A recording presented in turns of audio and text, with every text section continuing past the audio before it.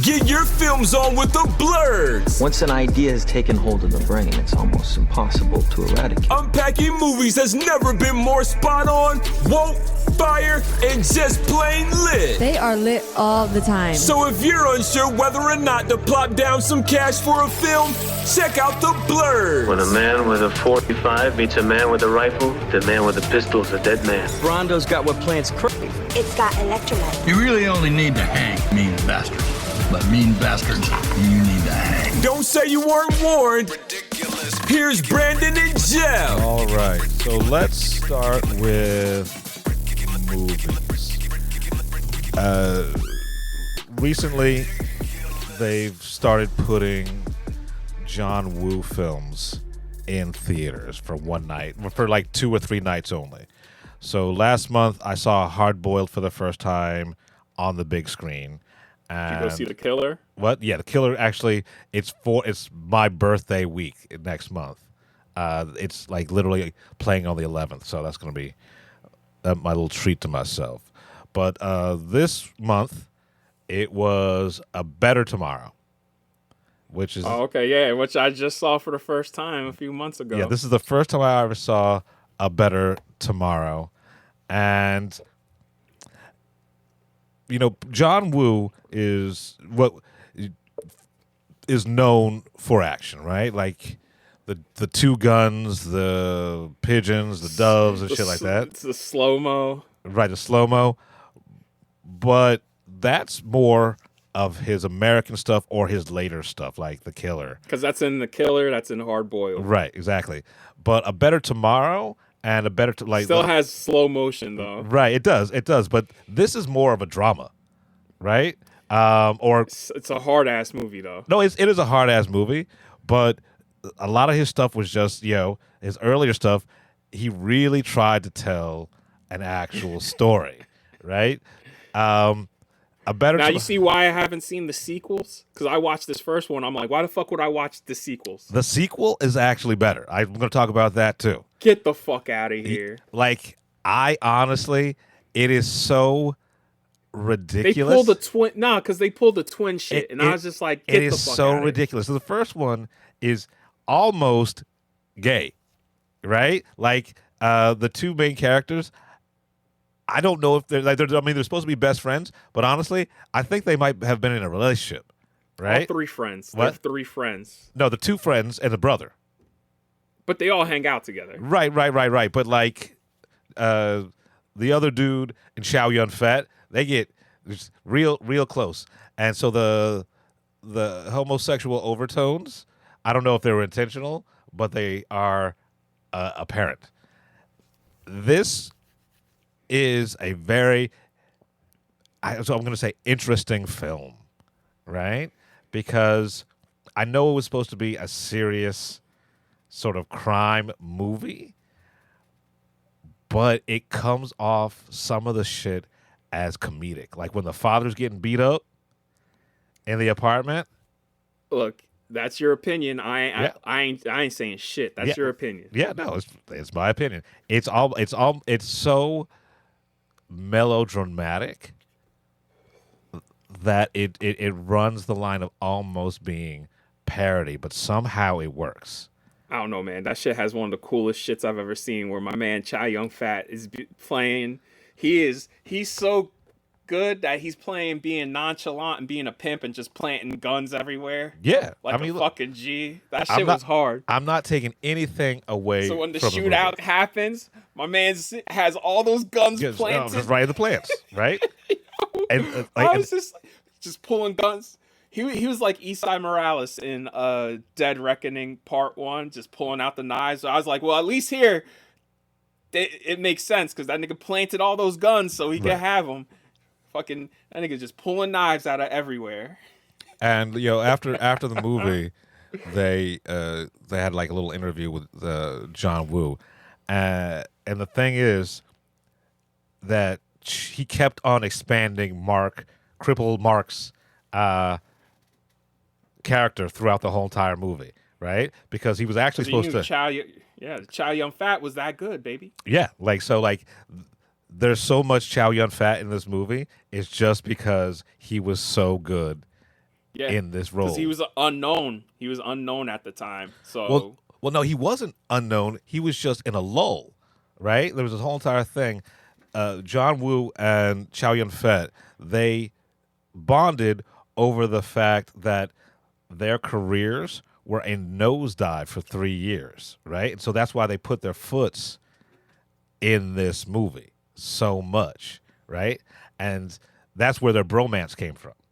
It's like the desperation, which is really cool.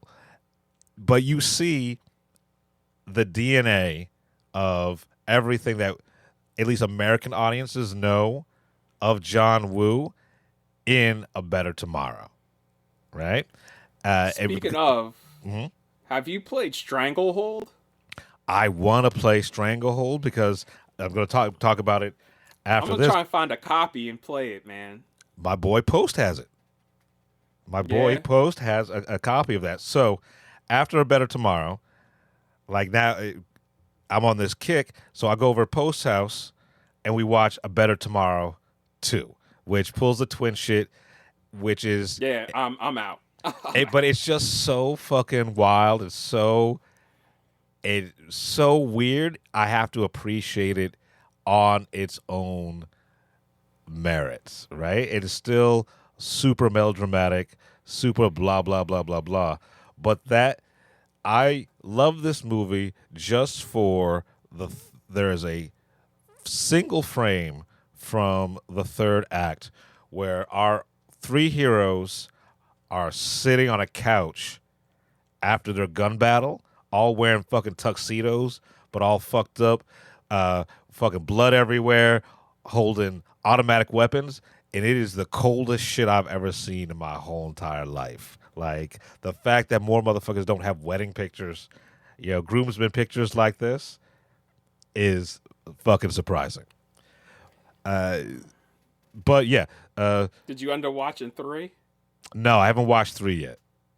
You know 3's a prequel, right? Yeah. I heard 3 was a All right. prequel. So I'm just going to finish out A Better Tomorrow trilogy, but I just haven't gotten around to 3 yet. Yeah, enjoy yourself, nigga. Enjoy yourself. Yeah, look, I love the silliness of it, right? Even the twin shit Okay. didn't bother me because the whole entire thing is so soap opera, right? If you go into it or if you realize that this is a soap opera with shotguns, then the long lost twin shit doesn't bother me because that's some soap opera shit, right? Yeah, I'm sure. That's all I can say. Sure. Yeah, look. I mean, I dig it on its own merits. And I love the fact that you can see where John Woo was going, right? Like what he was building to. Just like with Michael Mann, and you see Thief and Miami Vice, you see what he's building to, right? It's. I love Even Manhunter. and Manhunter, right? I love the origin stories of filmmakers this way, right? Oh man, that's why I cannot wait to post my review for this book because I'm reading Hannibal Lecter: A Life, and it is about both Thomas Harris and the inception of the character. And reading this shit, I'm like, yo, this is wild. Yeah. So it's like I love watching. They gave that nigga access, dog. Thomas Harris. I was Yeah. just like, yo, that is crazy that he had that much access. Because they didn't know. They didn't know what it was going to become. It's because they loved the book Black Sunday. Apparently Black Sunday was just on the must-read list at the FBI. Really? Oh shit! All right. Yeah, Okay. yeah. That's how realistic that book was. All right. I'm gonna have to check that out. I wonder if the UFC fighters that are training the FBI have to read. Oh yeah. Have to read Black Sunday.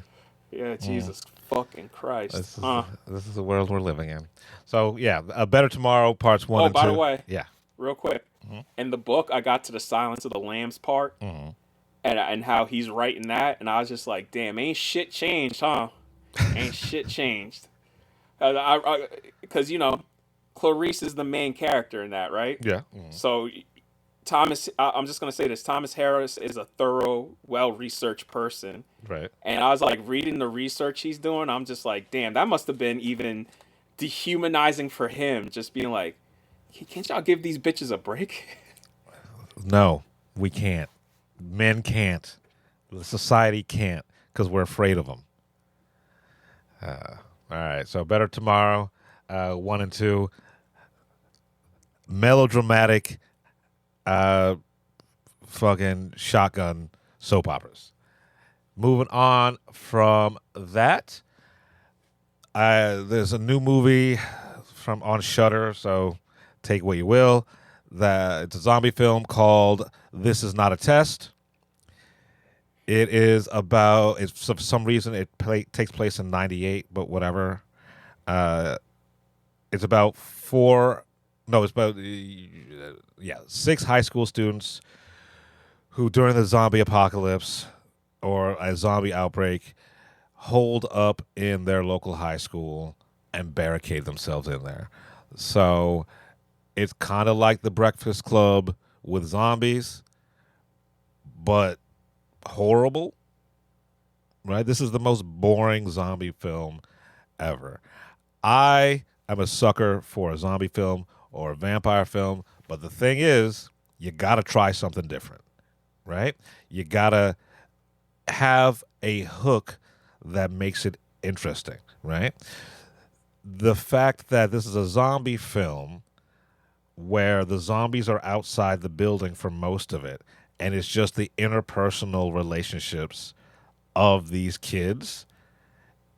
It's slow. It's for an hour and a half. It felt like it was 4 hours of just bad overacting, right?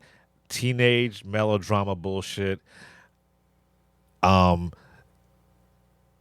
Just leaps of logic and basic survival go out the window, right? It's shot well, I guess, right? It's shot sort of like, when it's shot well, it's shot really well, but other parts, it looks like they were just phoning it in.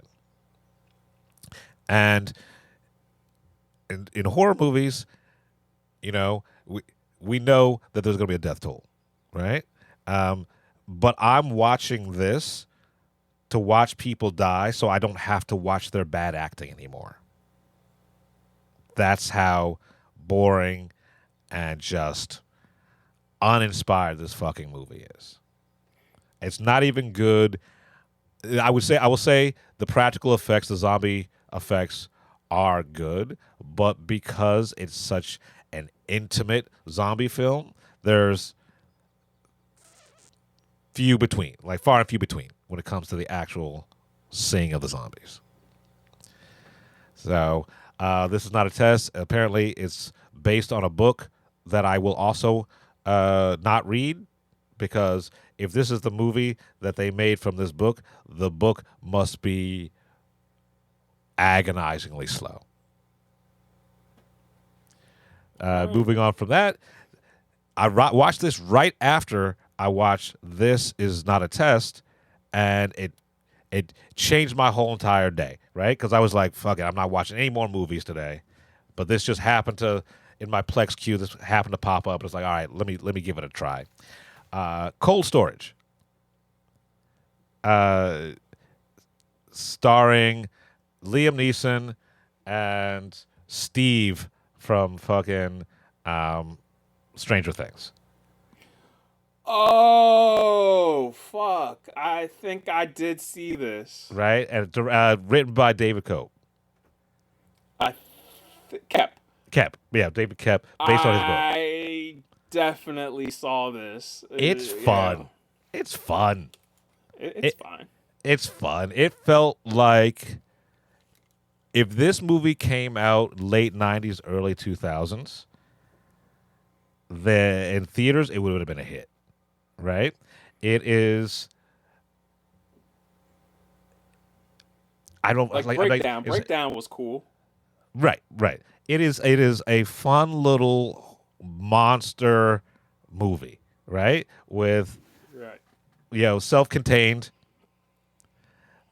The actors were having fun, right? It is I'm not going to say cute, but it is a well executed horror comedy. Jeff, real quick off topic. Did you Yeah. see Ice Road? No, that's the one where Liam Neeson is driving a truck, right? Yeah. Yeah, no, I haven't seen that. It's good, All right, I'm gonna need you to do me a favor. right? I need you to watch that, and I'm gonna Alright. watch Ice Road Vengeance, which is the sequel. Right. Because I knew there was a second one, right? So, all right. Watch the first one for me. I mean, I can't imagine it being good. I really can't, right? But You'll see. You'll watch all right, it. I'm gonna watch. I'm gonna watch Ice Road. I'm gonna watch Ice Road. But as a Remember, you still yeah. have to watch. You still have to watch Mulholland Drive, and you still have to watch Lost Highway. You gotta do those back to back. I'm gonna have to do a fucking Lynch marathon. Only two movies. The Lynch double feature. Yeah. All right, I'll get it. I'll get to it. I'll get like this week's actually light, so I'll put them on the list. So Cold Storage, I enjoyed it. It is not going to Watch 'em change at your midnight. life. What? I'm not doing that shit.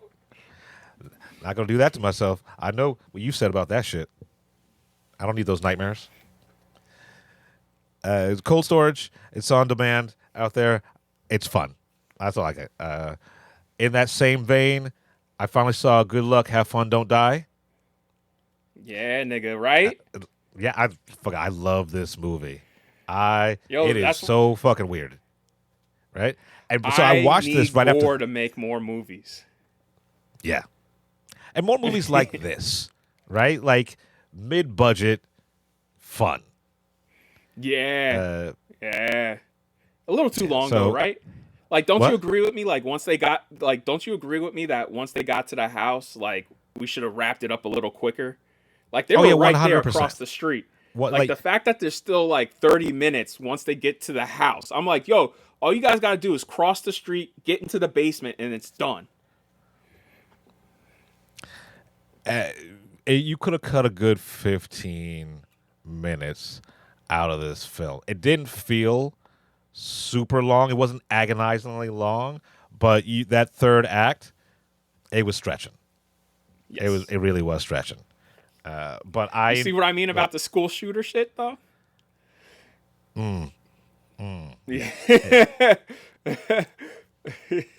Yeah. I'm not going to ruin anything about this movie for anyone. I just need you to watch it, right? I wish this had done better in theaters and had a longer run. Pretty good Yeah. considering what it is and that it came from like a small indie distributor. Shout out to Briarcliff Entertainment. Yeah, but this was fun. This was worth it. And I had watched this right after I saw the AI doc. Right? And so Yeah, it's like man, it's satire, but almost not. Like we're kind of almost there. You know, shit's getting spooky, baby. Yeah. So watch Good Luck, Have Fun, Don't Die. I'm not going to say this is in the top 10 for me this year, but this is definitely Honorable highlight. mention material. Yeah, it's definitely a honorable highlight. mention. It's definitely a highlight. You know what? I'm going to my highest praise for this is I'm going to watch this at least 2 more times. Oh, hell yeah. Hell yeah. Yeah, like before the end of the week, I'm going to watch it 2 more times. I enjoyed it that much. Right. My last movie I'm going to talk about, and the rest is going to be TV. So, you know me, I hate those hood movies on Tubi. What'd you watch? I watched a movie called Tube E Movie. It wasn't on Sure. Tubi, right? It was on Plex because it couldn't get on Tubi. It is satire of those really bad hood indie movies that are all over Tubi, right? There are some jokes in here that honestly made me laugh out loud. I think my problem with this thing is it doesn't know why these things are funny, right? It just kind of points out the mistakes and the tropes that are always in these movies without carefully examining where, like, culturally, where these come from, why these are in these movies, right? Even like the mistakes wise and stuff like that. It doesn't go far enough to examine and skewer the bullshit Tubi movie, but it shows potential, right? Okay. I'd like to see what this filmmaker does when they're actually not trying to make a bad movie, right? I got nothing to say Yeah. other than, like, look, we've won. You know what I mean? As far as hood movies, we've won, okay? And by that, I mean, we got Menace to Society, one of the fucking blackest movies ever to be in the Criterion Collection. Fucking next month, Criterion's putting out a John Singleton 3-pack. You know what's going to be in that fucking 3-pack? Poetic Justice, Right? Boys in the Hood. Right? What else going to put in there? You're going to laugh when I tell you this. Go ahead. Baby Boy. Fucking Baby Boy. Baby Boy's in the Criterion Collection, baby. Sure. Listen, Baby Boy has one of the best scenes I've ever seen in a movie. It's where that little kid's watching TV and Snoop's sitting on the couch, and then he just decides to be an asshole, just gets up. He's like, "Oh, you made yourself a little fort, huh, nigga? Fuck your fort. I hate you. I hate you too, little nigga." So you gotta thank Baby Fuck your Boy fort. for giving us Tyrese, right? Like, cause this is his first movie, right? I think so. You're not my dad. Fuck your daddy, little nigga. I think we need a Baby Boy resurgence. I think more people need to go back and rewatch that fucking movie. That Made was yourself a little fort, huh? Fuck your fort. and it's like, was it supposed to be a comedy? No. And see, that's the thing. No, because Snoop, yo, that movie is funny because it is just so wild. Like, I'm just like, yo, this is just wild on every level. The only time where I'm just like, wow, this is a bit much is where Snoop tries to rape Taraji. Yeah. But that's like the only part of that movie where I'm like, wow, this is a little much. Otherwise, I'm just like, dog, this movie's wild on every level. Yeah. So I might have to go back and watch Baby Boy. I might buy that 3-pack. Got yourself a little fort, huh? I love the way he says that. Got yourself a little fort, huh? Fuck your fort. The way he says that shit is hilarious. Fuck your fort. I hate you. I hate you too, little nigga. I mean, only Snoop Dogg could deliver lines like that. I hate you too, little nigga. So, Tubi movie, if you if you want to watch a comedy that skewers all these He really is a dumb. stepdad. What was that?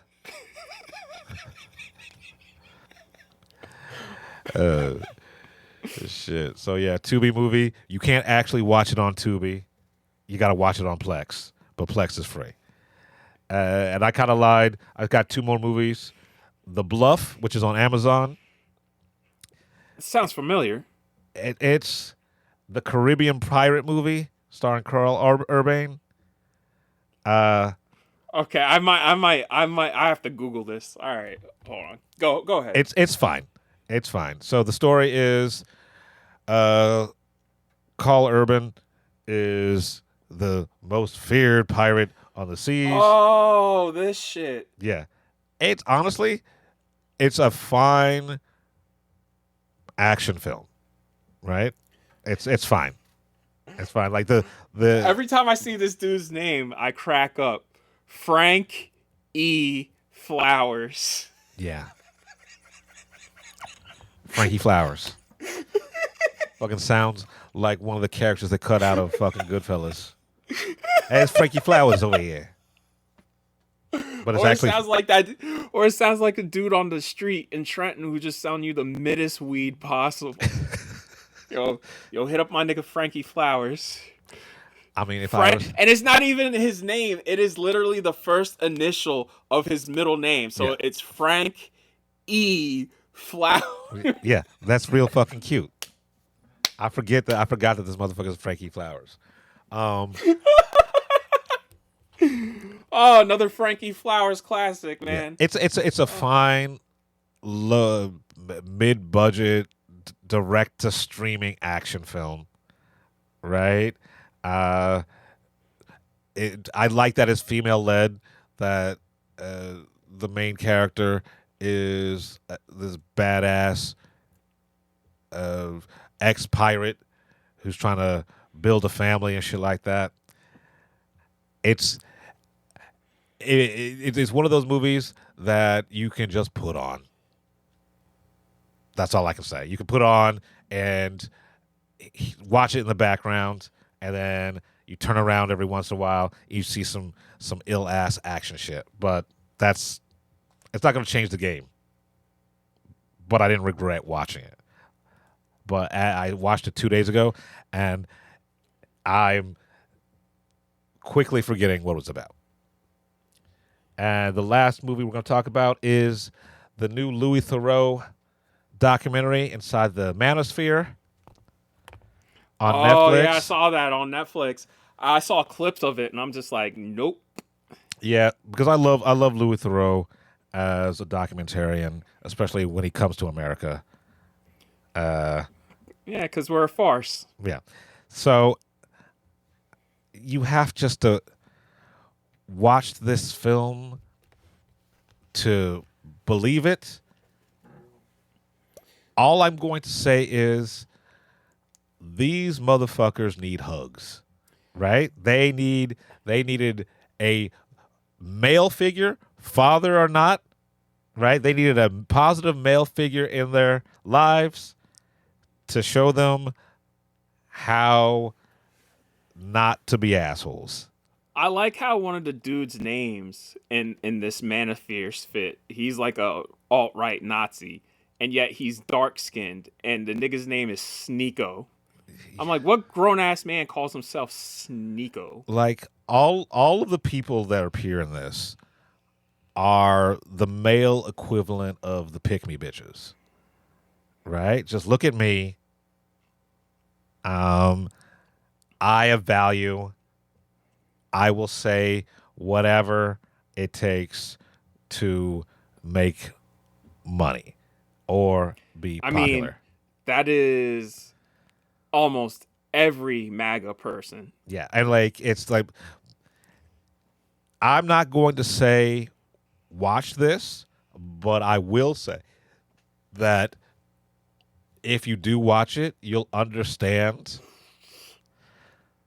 internet culture more, because I didn't know half these motherfuckers existed. So how surprised for you to learn about Sneeko? I'd seen clips of him before online, and I thought he was a toxic asshole then. And then watching this shit, and it's like, all you motherfuckers needed were hugs. Like, it's like the school, the kid that was bullied in high school started bullying the world. That's Inside the Manosphere. It's an interesting watch, but it also will make you depressed about where we are as a society. Well, real quick, I forgot to say I saw the first 4 episodes of the Scrubs fucking revival. Okay. It's nice, man. Yeah, I was never a big Scrubs fan to begin with. I didn't hate the show. I just didn't watch it religiously. Like if it were on, I'd watch it, and I kind of enjoyed it, but it wasn't appointment viewing for me. See, the reason why I'm going to keep watching this is because I need something light at the end of my days in the midweek, because this comes on Wednesdays, and I'm like, I need something light on Wednesday or Thursday where I don't have to think and I don't feel bad after watching it. Yeah, and that's fine. That's why I love those NBC workplace comedies, right? That's why I love St. Denis Medical, Stumble, or any of those like The Office in X, Y, and Z work scenario shows, because sometimes you just need to fucking smile and decompress. Yep. Right? And speaking of decompressing, because Ryan Coogler's fucking X-Files reboot is moving ahead, I was like, oh yeah, let me pick up the X-Files again. And I got to a place where I was like, nope, I'm going to stop again and I'll get back to it eventually. I skipped the episode and just started the next one. So at the end of season 2, I got to an episode where it starts off where this dude finds a dead pig in the jungle, in the Amazon jungle, and it has boils all over it, and they're pulsating, and there's cockroaches crawling all over it. And I was just like, yo, it is the most disgusting fucking thing I've ever seen. And I was fast forwarding through it. I was like, maybe I could get through this first part. And then I stopped when the dude walked away. But then he gets up to close to one of the boils, pops in his face. And I was like, yeah, nah. So the cockroach episode, like some of these X-Files episodes are so inventive when it comes to playing with the audience, right? And have you ever seen the cockroach episode before? That's not the cockroach episode. Oh, it's not? Okay.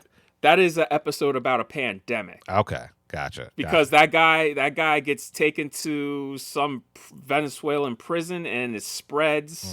Right. And I was just like, I'm gonna sit this one out, because if this is how it starts, right, it's not gonna get better. Because the one before it was crazy about the Romanian family whose the dead twin brother is fucking killing off everybody. I gotta go back and start watching the X-Files again. That episode was wild, written by Vince Gilligan. Like, I forget how many bangers those first couple of seasons of the X-Files really had.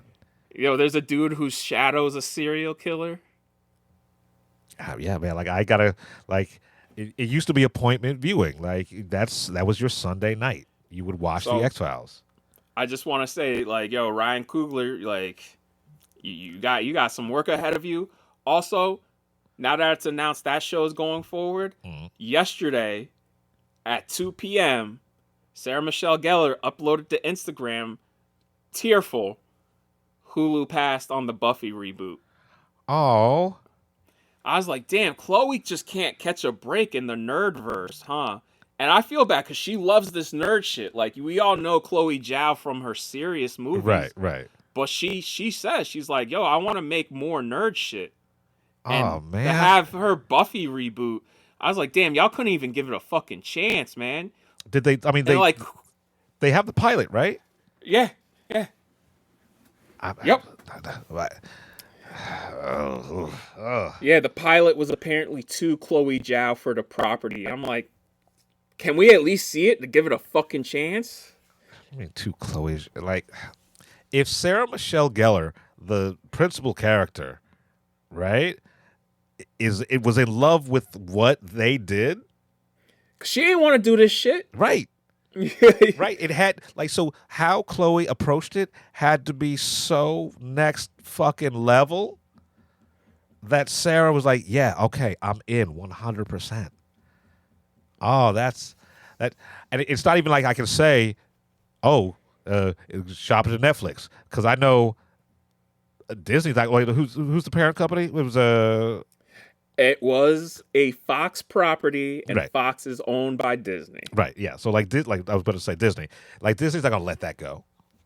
Yeah, because then Disney put out an official statement saying, we are exploring other options for the franchise. I was just like, yeah, of course. Right. Of course you cocksuckers are. Yeah. Of course. Because you're going to make some watered down bullshit. You're going to reboot it, Like, make some fuck watered you. down bullshit. Yeah, man. Fuck you, man. Like, y'all, and Hulu, they'll put up any old bullshit. Like, we got 2 seasons of Hit Monkey. Yeah, Remember that show, Hellstrom? vaguely. Right, I remember the name. Got Cloak and Dagger for 2 seasons. Yeah. Had The Runaways for 3 seasons. Like, y'all put the money into the dumbest shit, but all right, cool, whatever. And the last bit of news, since we're on TV shit, specifically Josh Whedon TV shit, Nathan Fillion and a couple other people have created a whole show. They're trying to find a home for it. It's a animated Firefly continuation. Yeah, so I it saw takes place after Serenity. I saw something about that. Yeah, cool. Apparently Josh Whedon gave his blessing, and that's it. He won't be involved whatsoever because that dude's career is just done at this point. And yeah, look, I love that show. Like, Firefly, the show is awesome. Serenity, the movie, not so much. Also, I don't like the fact that Josh Whedon feels the need in every single thing he does to kill beloved characters. Like, what? Like, Shepard Book was a main character on Firefly, and then you get to the movie, and he's only in the movie for 10 minutes because him and Mal had a falling out, and now he just hangs out on this planet, and then he's killed off. Wash was fucking killed off for no reason. Like, Chioto made an awesome villain. I'll say that. He was a great villain in that movie. But like, yo, there's a lot of creative decisions in that movie. I was just like, but why, man? And that was supposed to be first of a trilogy. Well, I'm glad. I'm glad that they're giving it another go. I was never the biggest Firefly fan, but I got why people. It's a really loved cool it. show. Yeah. Right. It's a cool show. Right. It's a really cool show. I think it got prematurely canceled, yes. But, like, also Josh didn't do us any favors with that fucking movie. Right, but like, here's the thing. Like, we had, like, what was it, 7 seasons of Sliders? Right? I forgot about that Yeah, show. yeah, we had like Jerry O'Connell. Yeah, like, Jerry O'Connell. We had 6 or 7 seasons of Sliders, but you couldn't see Firefly into at least a season 2. Okay. Yeah. Okay. Yeah, man. Yeah. So, like, I hope that comes to fruition. And this is what I'm saying. Anything that you want to finish that was left open, do it animated. I've been saying this the whole time. I don't understand why Guillermo just doesn't do Hellboy 3 animated.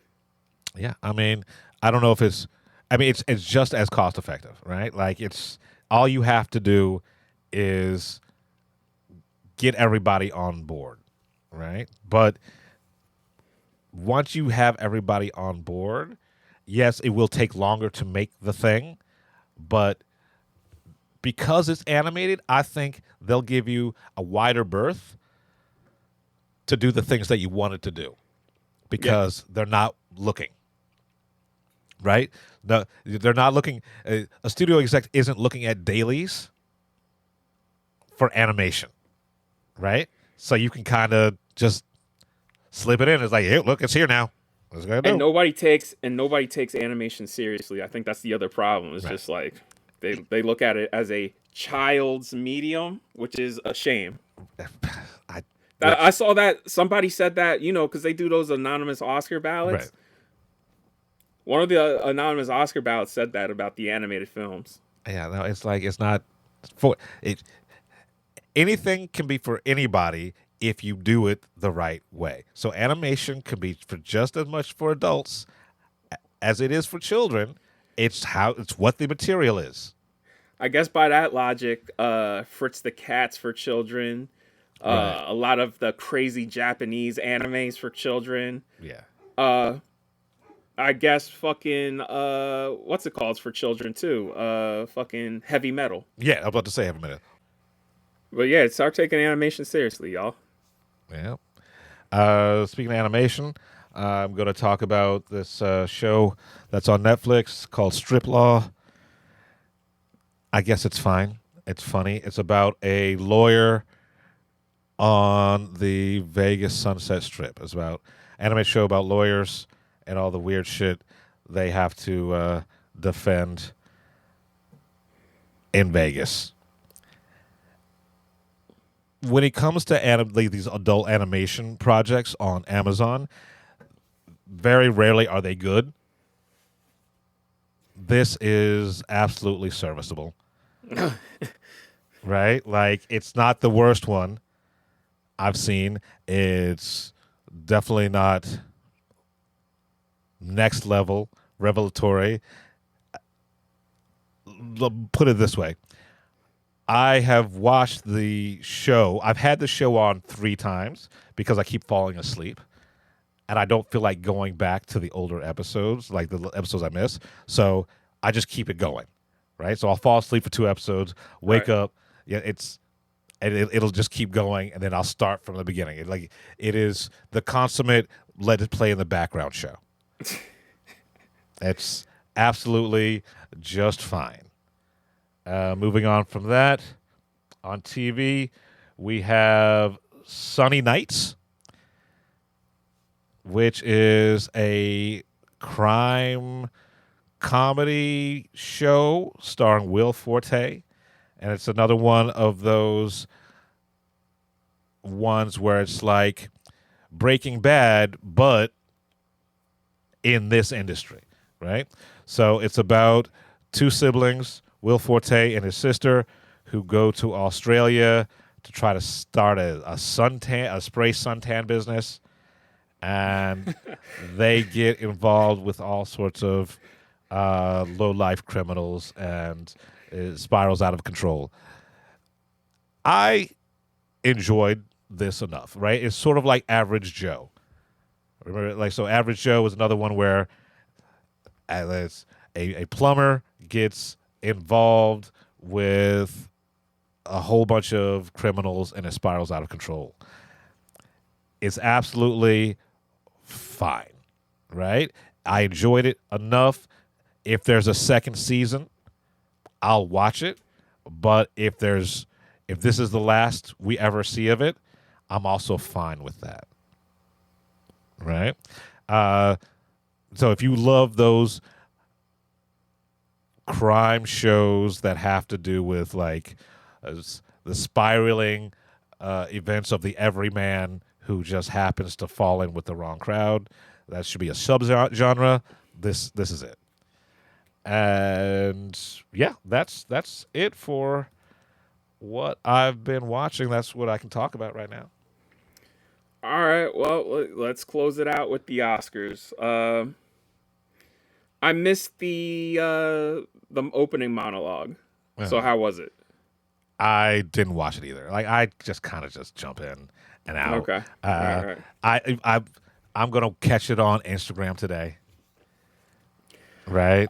It's biggest surprise of the night for me. I don't know about you, but for me, it was Michael B. Jordan winning Best Actor, and I'm happy about that.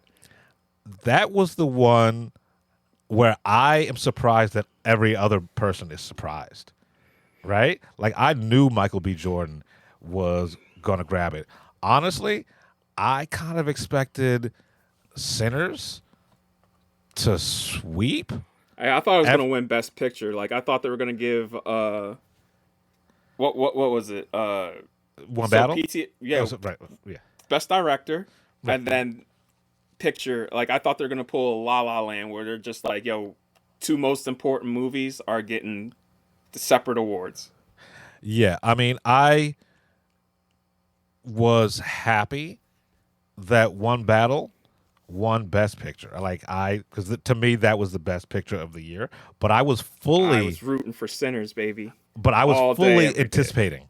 I was fully anticipating for Ryan to win for Best Picture, right? So I'm glad that One Battle won, but I'm honestly surprised that it did. I knew the one thing I knew PTA had locked was director and Right. adapted screenplay. I was just like, he's not going to lose those two. Right. Especially because Thomas Pynchon's such a hard read. And he Right. really did loosely adapt Vineland. Like, he took, like, the bones of it. And, damn. But, like, I like how he said that when he won Best Director. He got up on stage. He's like, man, you really make people work for it, huh? And I'm like, yeah, nigga. It's the Academy Awards. Like, of Yeah. course. Like, I get it. Other people have won it for some bullshit.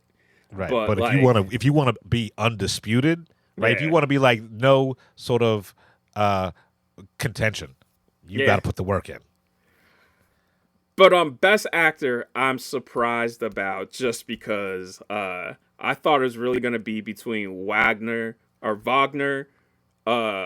Leo, and Timmy. But, you know, for the past month, Timmy was taken off the board because my man just can't keep his fucking his mouth mouth shut. shut.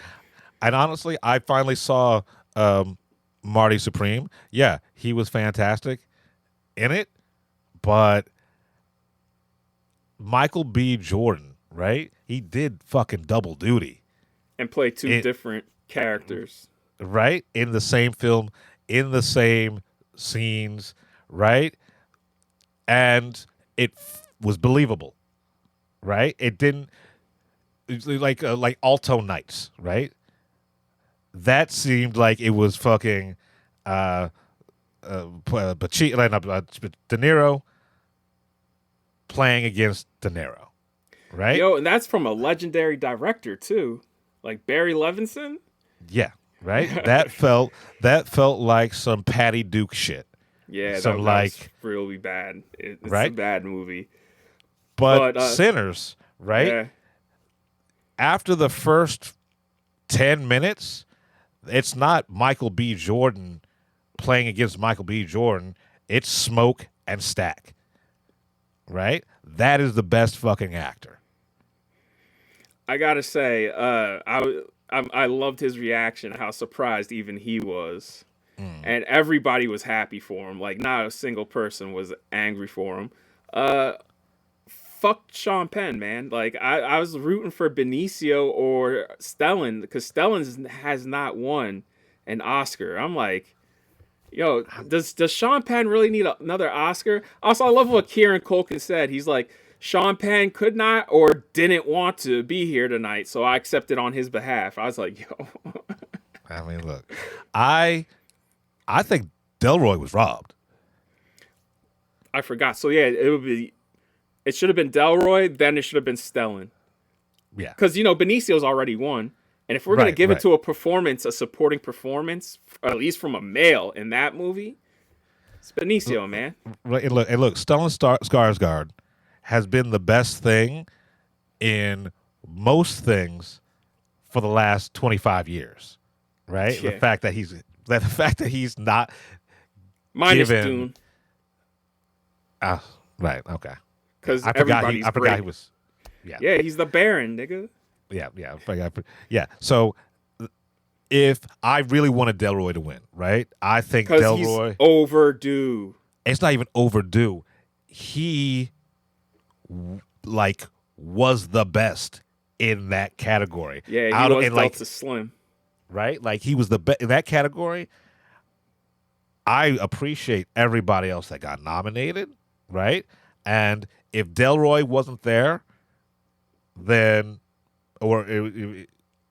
I think any of them deserved it, right? If Delroy wasn't there. My thing is, too, if we're turning the page and this is a new day in Hollywood, why are we still awarding Sean Penn after all the women he beat? Right? He beat Madonna. He beat Robin, who they were married for a while. I mean, their daughter looks exactly like Robin. Yeah, and like I said, I love One Battle After Another, and Sean Penn was fantastic in it. But I have seen Sean Penn do this before, Yeah. Right? That nigga's always angry, dog. right? Like Like, he could have him- played Lockjaw in real life. right? Except Like, without the racism. like I've seen him do Angry White Man before, but Delroy Lindo, I've seen people try to do what he did with Delta Slim, but never achieve it. Right? It felt authentic. That scene in the car should have just been a lock, right? Yeah. When he's telling the story and driving through the cotton fields, right? That scene, anyone else, right? I don't understand why that was not just the lock. Like, you see that scene. You know why. You know why. Yeah, I was like, I know why. I know why. So that was the only thing I was really surprised and disappointed by. Right? I mean, the only other thing I could say I'm disappointed with is Best International Feature. And I'm sorry, but I Sentimental Value, a good movie.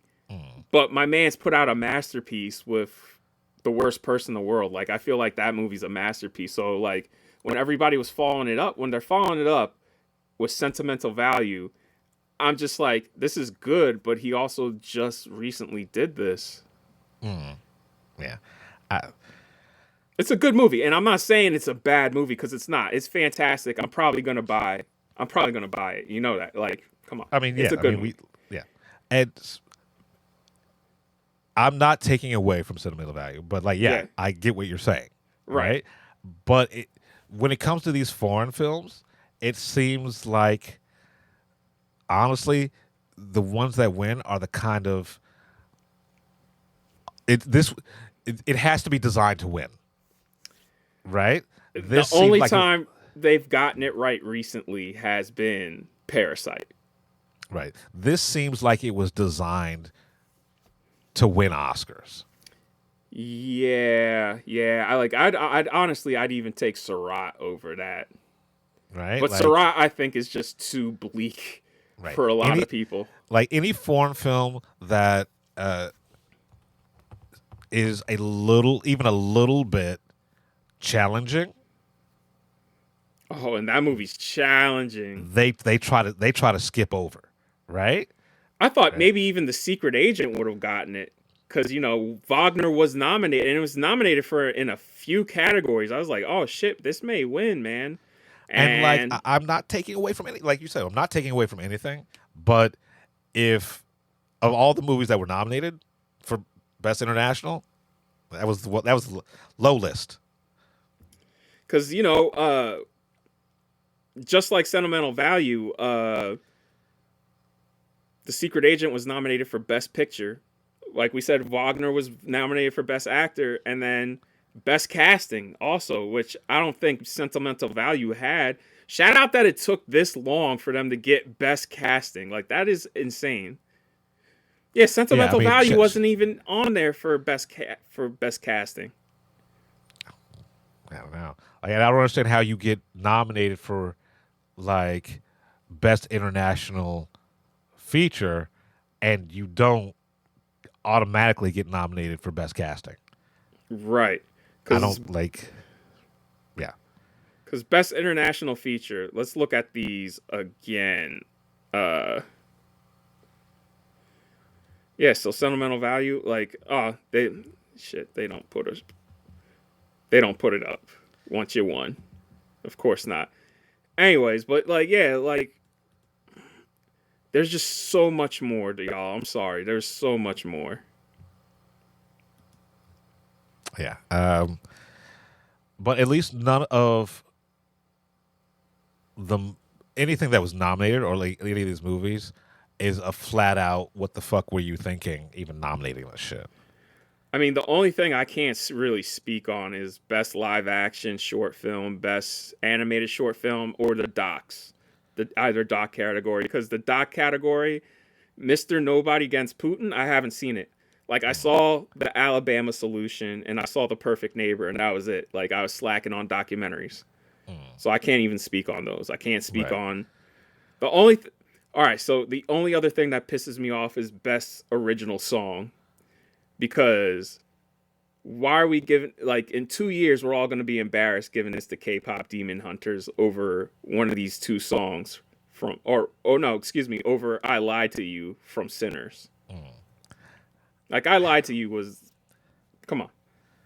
I mean, it this felt like it was like how they vote for the Grammys, right? The thing that'll get the most plays on Spotify. That's how they picked out who won. Yeah, like everybody's gassing up the title song from Train Dreams. I'm like, that's the most forgettable fucking thing about that movie. Mm-hmm. Great movie, love it, but like Right, that song. but it's not. You're not there for the music, right? How the fuck is as live as you want me to be? How does that song not make it into best original song? I don't know. Like I Let's said, look it feels like it was based on Spotify streaming numbers. Yeah, because the fact that Bugonia and Frankenstein got Best Original Score nominations over the Tron Ares soundtrack, the only redeemable fucking thing about that shit, it's crazy. Yeah, I mean, Begonia is one where I'm like, I like that movie, but I'm also very fucking confused about why it's why Yeah. it was there. Yeah, And like Yeah. I had forgotten that Begonia was even like there. I don't even think Yorgos was there last night. Because he knew. Right? What was he gonna do? I'm not showing up to lose, right? Like if you know you're gonna lose. Also, damn, we couldn't give Jack Fisk a Oscar. The most legendary production designer lost again. Like, Jesus Christ. And don't get me wrong, Frankenstein, good production design, but I wouldn't put Frankenstein over Marty Supreme or Hamnet or Sinners or One Battle After Another. Like, yo, if Marty Supreme walked home with 0, the one thing it did deserve is fucking production design. Like, that movie is lived in and really built out. Yeah, I'll give you that. Fuck y'all. I would not be mad. I would not be mad at that, actually. Jack Fisk, though, man. Like, what's it gonna take for him to get an Oscar before he fucking dies? Because we're running out of time, y'all. It's not like he works very often now, either. You'd think he would have won for Killers of the Flower Moon, but he didn't. Honestly, they're probably going to end up giving him one of those lifetime achievement motherfuckers. Ain't that some bullshit? Ain't that some fucking bullshit? Hold on, but before we get back to this, speaking of Killers of the Flower Moon, you know that just got a Criterion release too. Finally. Oh, cool. After Apple was like, oh, it's going to be an Apple movie only. I was like, oh, now I could finally own it. I'm trying to find what won Best Production Design that year, because if you think about Killers of the Flower Moon and how long it is and how good that movie looks, I'm like, that's crazy that Jack Fisk didn't win for that either. Let's see if I can find it. Yeah, man, because this shit is... Okay, the 96. All right, finally brought it up. Let's see. Production design. Oh, okay. All right. Damn, yeah, I'm not even gonna lie. That's a rough year. That's a rough year to be nominated. What one? Poor Things. So production design. Yeah. It's a rough year. You want to hear production design? So, Poor Things, which won? Barbie, Killers of the Flower Moon, Napoleon, and Oppenheimer. I'm like, ooh, that's a rough year to be nominated. That is a rough year. that is okay. Yo, Yeah. that sucks. Because look, from top to even Napoleon, a movie everybody hates, you gotta be like, yeah, the production design though. Ooh, yeah, that's a rough year. Rough year. Like I Barbie and Poor Things alone, right? Like the world. Oppenheimer too. But like those two, those are created worlds. You know what I'm saying? Right? Those worlds don't exist, right? Oppenheimer, right? That is accurate, right? That is like the real world. But they when it comes went down production to design. fucking details, dog. Like even the newspapers they reprinted from that era, No, I get it. I get which it. is But crazy like I'm because saying, they're on screen for like 2 seconds on somebody's desk. yeah, like and I get it. But to me, someone who creates a world that I will never ever see outside of this movie, they are ahead of the game. Like when it comes to production design, it's ahead of the curve for me. I don't right? know if you're Versus looking something back that in time, exists. If What? you're looking back in time, sometimes that's fucking rough too.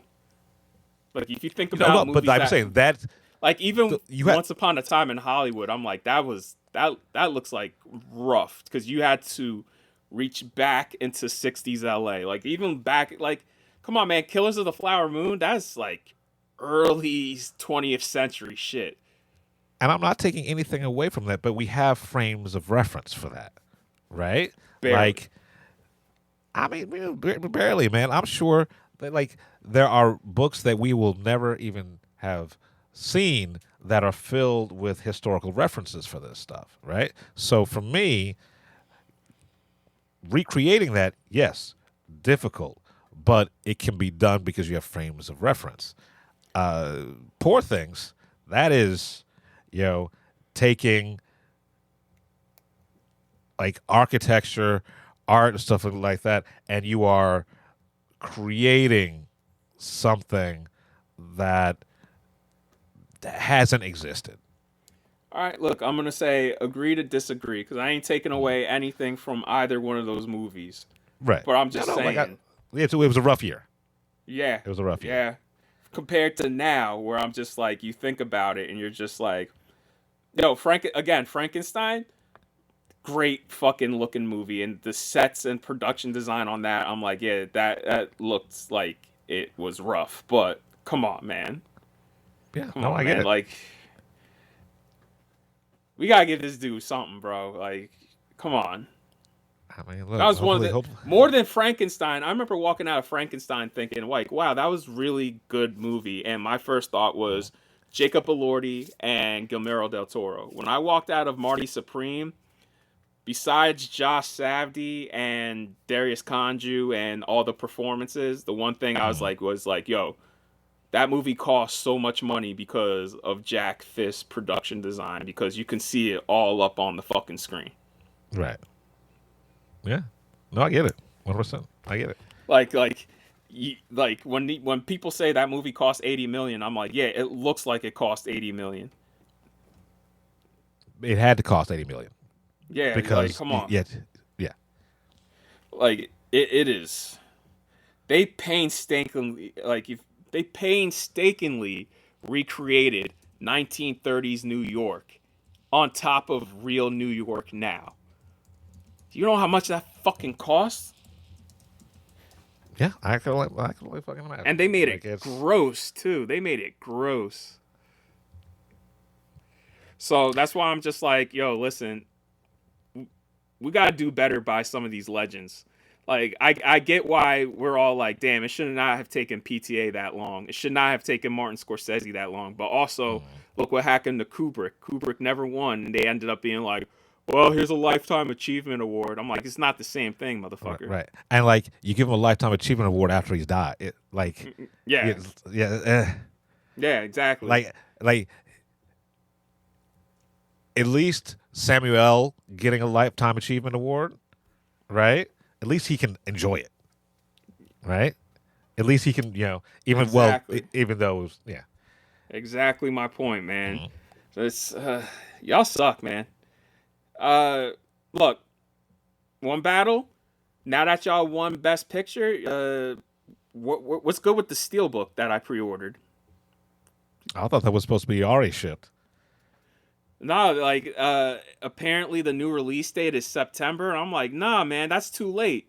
Like, where is it now? Like, release that now. Like, that should have a release date. Right. I'm trying to see that especially- behind the scenes. especially after the win. Yeah. That should have been that should have been placed in the mail today. Yeah, man, that's what I'm saying. Let's see. Does this even have a release date now? Is my question. No. Nope. Nobody knows, man. Nobody knows. I mean, maybe they're maybe they're putting extra goodness in there. I'll tell you what, PTA's taking a sweet ass time with this shit then. I mean, And PTA, why did we have to wait for a Steelbook? Why couldn't you just put this shit out in the one that we had last month? Making niggas double dip and shit. I do feel bad for all y'all who purchased the movie already and then was just like, oh, okay. But that's capitalism. That is capitalism for you. And that is why every industry's crumbling, because people are tired of it. Don't nobody got the money for that shit no more. There's a whole entire movement that's going around devoted to like, all right, let's not buy new anything. Like if you're gonna buy clothes, go to the thrift shop, right? Like let's not feed this monster anymore. I'm not gonna do that, but look, I support it. I support it. Just like, yo, let's look. There's a pizza place I love on Route 33, and during lockdown, they posted a Back to Blue video. Oh Height of yeah, COVID. I've actually never been to that pizza place, and I've always wanted to go until after. Like once I saw that shit, I was like, nah, I'm good. I unfollowed them on Instagram, and I haven't been back there. That is almost now 6 years ago. And every time I drive by, I'm like, fuck, I miss that pizza. But, hey, man, my morals and principles come first. Especially nowadays, man. Like, yo, stand on if you're business. still, yeah, man, if you're still posting Back to Blue with all this shit going on, then you know what, man? You deserve to have your business go under. Like, I still see people go there, and it's still busy, but wasn't as busy as it was before. You know, people have short memories, right? Like everybody, like half the people who were like, "Oh, I won't stand for this," they got a little hungry and forgot 2 weeks later. Look, like I said, it's still busy, just not as busy as it was before. Yeah, Look, we got options. It might not be as good, but it's still good pizza. look, you fuck around, you find out. Yeah, man. Look, you made the best pizza in the area, but also there's still a couple other places that make good pizza. So that's all. There's a place right there. That place that's right on the corner, right? The one we're talking about at the or 33. The one I'm talking about is right next to a tire shop, and it's next to Blend Bar and Bistro. Oh, I'm talking about another one that did some Back to Blue shit. Yeah, which one's that? I forget what it was called, but it's the one where you like right on 33, right near where the Popeyes chicken is. Oh, I know which one you're talking about. That place. Yeah. They did some Okay. MAGA shit All too. right. I've only had pizza there from them once, so like I've never like I passed by it, and I was like, oh, yeah. Eventually, I'm going to stop in there. It must be good pizza to be at such a shitty location, but been still there be in for- business. It's been there for like as long as I can remember. Right. So it must be good pizza, but I can't stop in there now. I remember the pizza being decent. Was that? So I remember the pizza being decent. I'm gonna edit out the name of that restaurant, and I'm gonna edit out the name of the restaurant that I'm thinking of. It's I've never stopped into.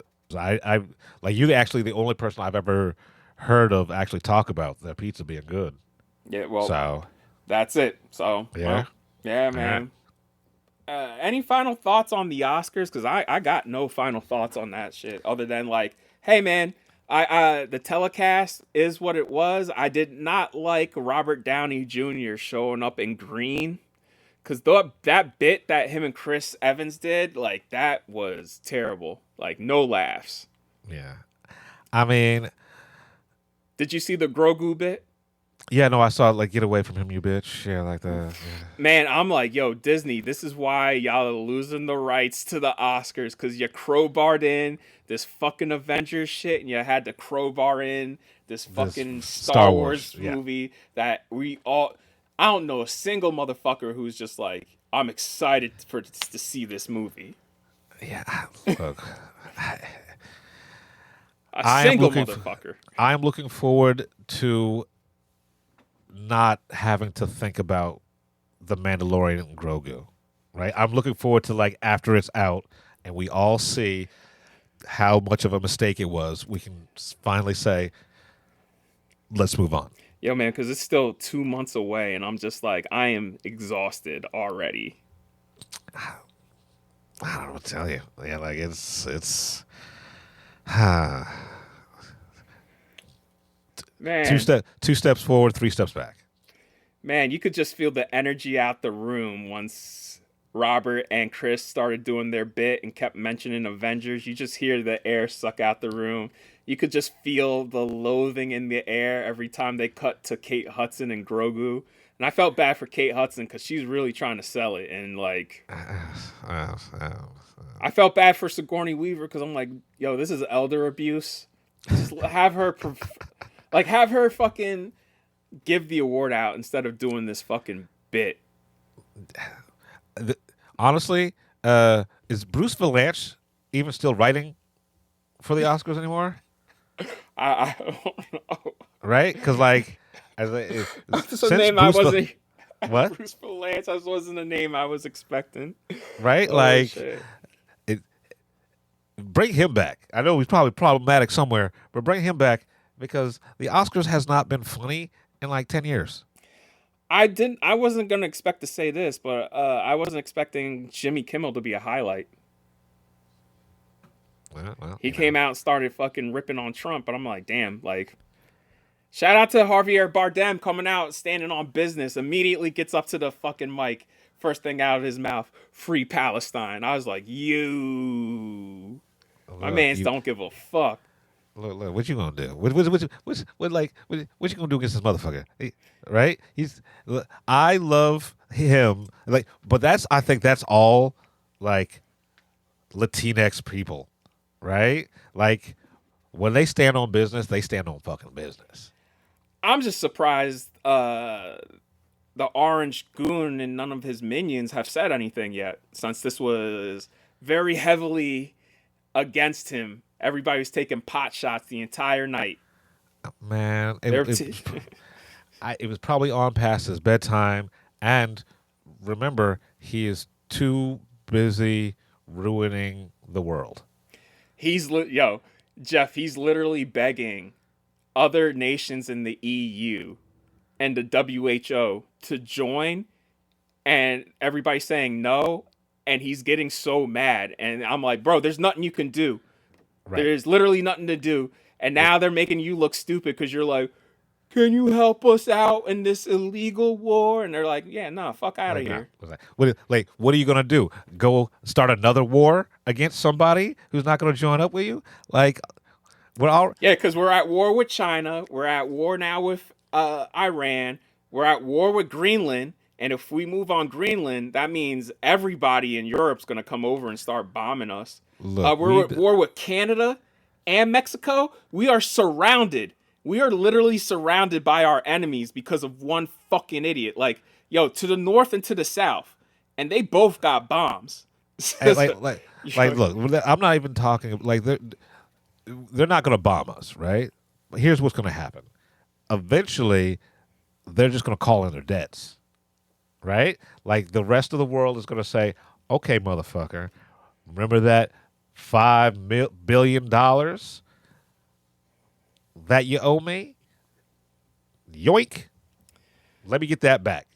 My question is, what happens to MAGA once Agent Orange dies? Because everybody who's working for him thinks like, oh yeah, I'm still going to be good. But nobody realizes they just care about him.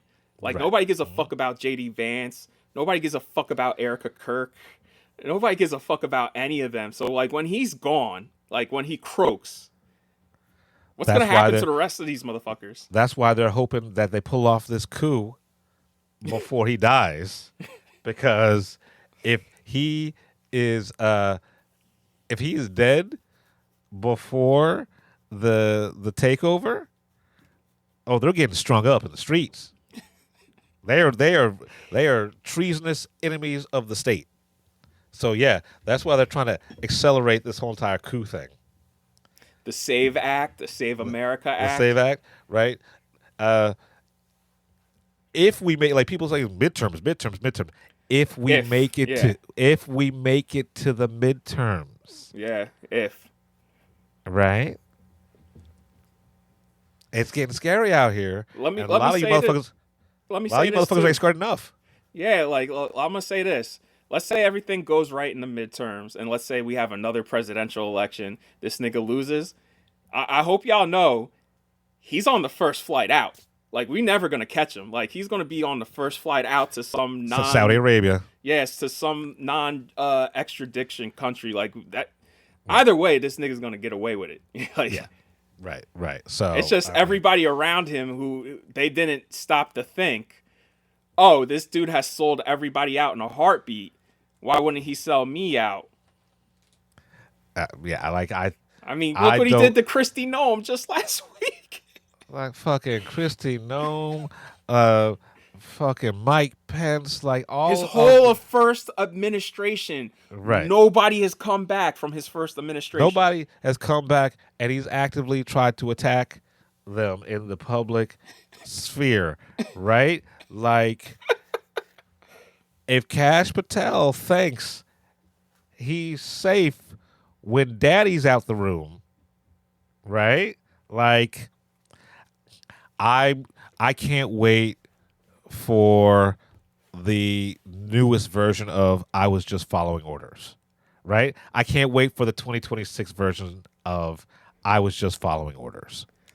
Before we sign off, I want to say I saw this clip on Reddit where Marco Rubio was at an event with him and Pete Hegseth. It's the Spanish And shit, yep. He turned around. He's like, "Hey, Mr. President, if you don't mind, I'd like to speak some Spanish." And he does.